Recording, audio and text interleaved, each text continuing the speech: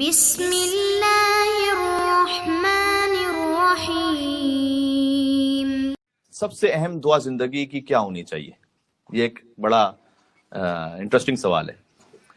ایک بزرگ عالم دین تھے، وہ پہنچے مشہد مقدس میں مولا کے حرم میں، تو انہوں نے دیکھا کہ 3 بہت اور ان سے بھی بزرگ علماء کرام تشریف فرما ہیں مختلف جگہوں پر اور اپنے ذکر و عبادت میں مصروف ہیں۔ ان میں سے ایک آیت اللہ مروارید تھے، ایک بیٹا اطمینان سے بیٹھ جائیے گا، ٹھیک ہے، ایک مل کے صلوات بھیجیے گا محمد اور آل محمد پر، اللہم صلی علی محمد و آل محمد۔ ایک آیت اللہ مروارید تھے، ایک آیت اللہ فلسفی تھے، اور ایک آغا جواد بزرگ تہرانی۔ تو یہ 3 بزرگ علماء الگ الگ جگہ تشریف فرماتے، تو کہتے میں نے جا کے پوچھا ان سے، تینوں سے الگ الگ جا کے پوچھا، جبکہ کوئی پہلے سے بتلایا نہیں گیا تھا کہ میں کیا پوچھوں گا انہیں اور انہیں کیا جواب دینا ہوگا۔ تو میں نے ویسے ہی جا کے ان سے پوچھا کہ حرم امام رضا علیہ السلام میں اس وقت ہمیں تو ہر ایک انسان دعا چاہتا ہے کہ کوئی امام معصوم سے خاص دعا مانگے، تو اگر ایک دعا کوئی ایسی ہو کہ جو یہاں خاص مانگی جائے تو آپ کیا مشورہ دیں گے؟ تو کہتے میں نے تینوں سے سوال کیا، تینوں نے ایک ہی جواب دیا۔ سب نے مجھ سے کہا کہ یہ دعا ضرور مانگ لینا کہ عاقبت میری بخیر ہو جائے، اختتام میرا خیر کے ساتھ ہو جائے۔ کہتے ہیں تینوں علماء نے چونکہ ایک جواب دیا تو ظاہر ہے کہ کانفیڈنس بڑھ جاتا ہے انسان کا، کیا یہ دعا بہت زیادہ اہم ہے۔ اور پھر میں جب واپس پلٹا قم میں، تو اس زمانے میں مرجع تقلید ہوتے تھے آیت اللہ گل پائگانی، تو میں ان کے پاس پہنچا ایک دن اور میں نے ان سے سوال کیا کہ آپ فرمائیے گا کہ سب سے اہم دعا کیا، تو انہوں نے بھی یہی جواب دیا، عاقبت بخیر ہو جانے کی دعا سب سے زیادہ ہے، سب سے زیادہ ہے کہ اختتام اچھا ہو جائے، ہمارا اختتام، نسلوں کا اختتام اچھا ہو جائے، یہ بہت اہم ہے۔ اب ظاہر ہے کہ اس میں رکاوٹیں بھی ہوتی ہیں۔ ایک بڑی رکاوٹ یہ ہوتی ہے کہ ہم کسی جنگل میں تو نہیں زندگی گزار رہے، اور ہمیں اجازت بھی نہیں ہے کہ ہم نکل جائیں کہیں پہاڑوں پر، رہبانیت حرام ہے اسلام میں، تو ہم گزار رہے ہیں اسی سوسائٹی میں زندگی، تو سینکڑوں طرح کے واقعات ہوتے ہیں کہ جو ہماری روح پر، ہمارے ایمان پر اثر ڈال رہے ہوتے ہیں، اور کئی مرتبہ دل بہت سے معاملات کی وجہ سے ہرٹ بھی ہوتا ہے، دکھی ہوتا ہے۔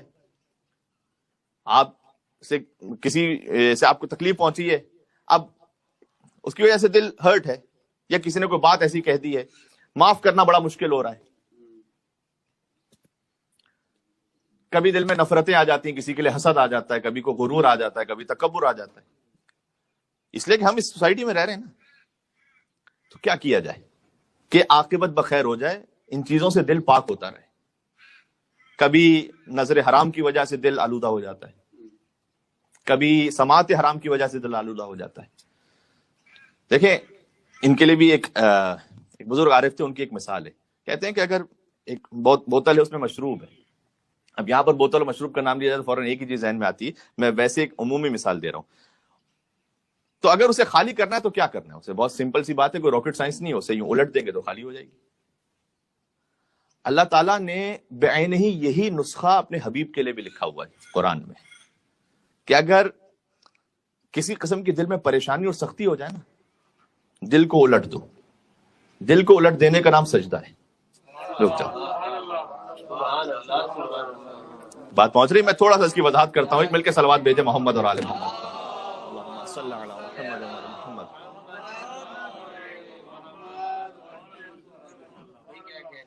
بات پہنچ رہی۔ یہ دیکھیں، یہ بھی ایک مومنین کی قربانی ہے۔ میں آن لائن مومنین سے کہ جب تعداد ایک خاص حد تک پہنچ جائے تو کچھ مومنین ہمارے ہیں جو مجلس میں یہاں پر فرش ادا پہ نہیں بیٹھ پا رہے، لیکن وہ اطراف میں ہمارے موجود ہیں، اس لیے کہ بہرحال ثواب میں تو امام حسین علیہ السلام نیت کو دیکھتے ہیں، کہ جو گھر سے نیت سے چلا تھا کہ مجھے مجلس میں آ کے شرکت کرنی ہے، تو ہر ایک ثواب میں شریک ہے۔ یہ دل کو الٹ دینا، ہم نے کہا اس ظرف کو الٹ دے تو جو کچھ ہے اس ظرف سے اتر جائے گا، تو ویسے ہی اب دل کو الٹ دینے کا نام ہے سجدہ۔ آپ جھک جائیے، جو کچھ ہے غبار دل سے وہ نکل جائے گا۔ میں نے کہا یہ وہ نسخہ ہے کہ جو اللہ تعالیٰ نے اپنے حبیب کے لیے لکھا ہے۔ یہ وہ 3 آیات ہیں جو میں نے پڑھی آپ کے سامنے، سورہ حجر کی آخری 3 آیات ہیں، 97، 98، 99۔ اور اس میں ارشاد اقدس الہی ہے کہ وَلَقَدْ نَعْلَمُ أَنَّكَ يَضِيقُ صَدْرُكَ، اے حبیب ہم جانتے ہیں کہ آپ کا دل تنگ ہو جاتا ہے بہت سی باتوں سے۔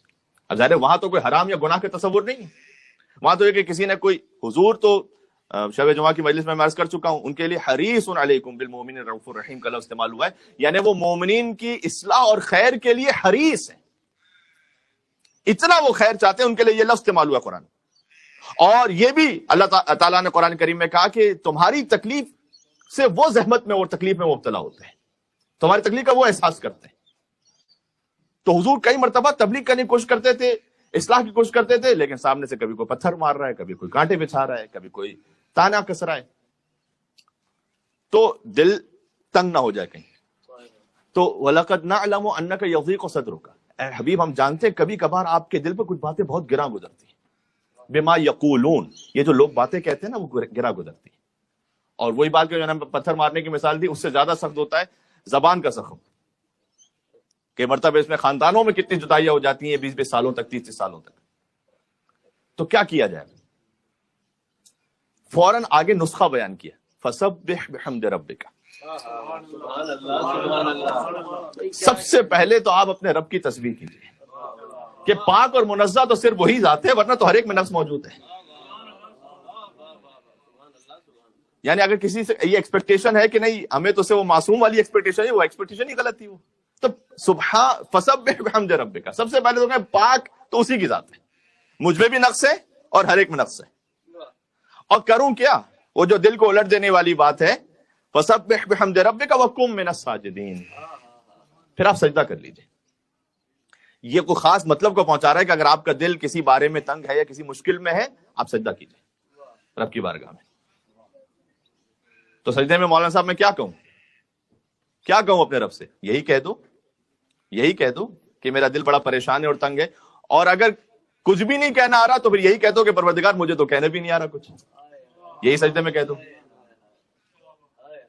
کہ پروردگار میں سجدے میں جھک تو گیا ہوں لیکن مجھے تو کہنا بھی نہیں آ رہا کہ کیا کہنا چاہیے. جو ہے آپ کے دل میں وہ کہہ دیجیے. وَقُم مِنَ السَّاجِدِينَ وَاعْبُدْ رَبَّكَ حَتَّى يَأْتِيَكَ الْيَقِينُ.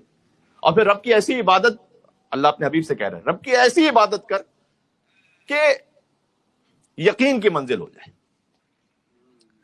اب اس یقین کو آپ ہمارے اور آپ کے یقین سے نہ ملائیے گا. تو بہرحال خود اللہ سبحانہ وتعالیٰ کی جانب تو ہر ایک کا سفر جاری ہے، انکلوڈنگ سرکار ختمی مرتبہ، کیونکہ رب زدنی علما کی آیت اس بات کی دلیل ہے. پروردگار میرے علم میں اضافہ فرما. تو اگر گنجائش ہی نہ ہوتی تو یہ آیت کیوں ہوتی پھر کہ رب زدنی علما؟ وہ ان کی اپنے استعداد کے اعتبار سے، ہماری اپنی استعداد کے اعتبار سے. تو ایسی عبادت کر اپنے رب کی کہ یقین کی منزل تک پہنچ جائے. اچھا، یہ جو ہے نا دل میں غم پریشانیاں، یہ ہے سارا یہاں دنیا کا معاملہ. جنت میں اللہ سبحانہ و تعالیٰ یہ سب کچھ بھلا دے گا، تو وہاں خیر ہی خیر ہے. ایک شخص پہنچا صادق آل محمد کے پاس، مولا سے کہتا ہے کہ مولا اللہم صلی علی محمد و علی محمد. ایک شخص سے کہا کہ جب تم جنت میں جاؤ گے تو اللہ ہر قسم کے غم، تکلیف، پریشانی بھلا دے گا.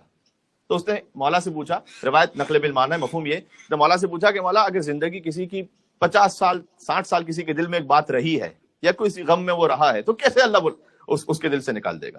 یہ کیسے ممکن ہے کہ وہ بھول جائے اس غم کو، ساری پریشانیوں کو بھول جائے، زندگی کی سب کچھ جو اسٹرگلز ہیں، جو کچھ مشکلات، سب اس کے دل سے نکل جائے، سکون اطمینان میں آ جائے؟ یہ کیسے ممکن ہے کہ اللہ بھلا دے؟ امام نے اس کی جانب دیکھا، کہا تیرا نام کیا ہے؟ کہتا ہے مولا پتہ نہیں، یاد ہی نہیں آ رہا. ارے کیوں یاد نہیں آ رہا؟ 70 سال تک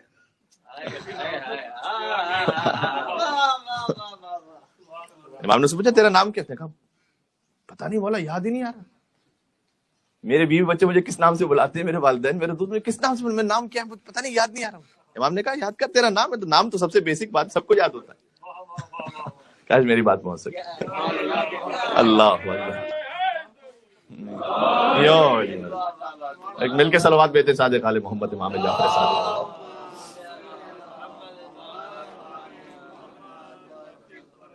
پہنچ رہی؟ امام نے کہا بس ایسے ہی اللہ تجھے ہر چیز بلا دے گا. کہا بولا بس مجھے یقین ہو گیا، میں ہلکان ہو رہا ہوں، مجھے نام تو میرا واپس یاد دلا دیجیے. اور امام نے پھر اس کی جانب دیکھا، اسے نام یاد آ گیا. امام نے کہا بس ایسے ہی اللہ بلا دے گا تجھے ہر غم و پریشانی.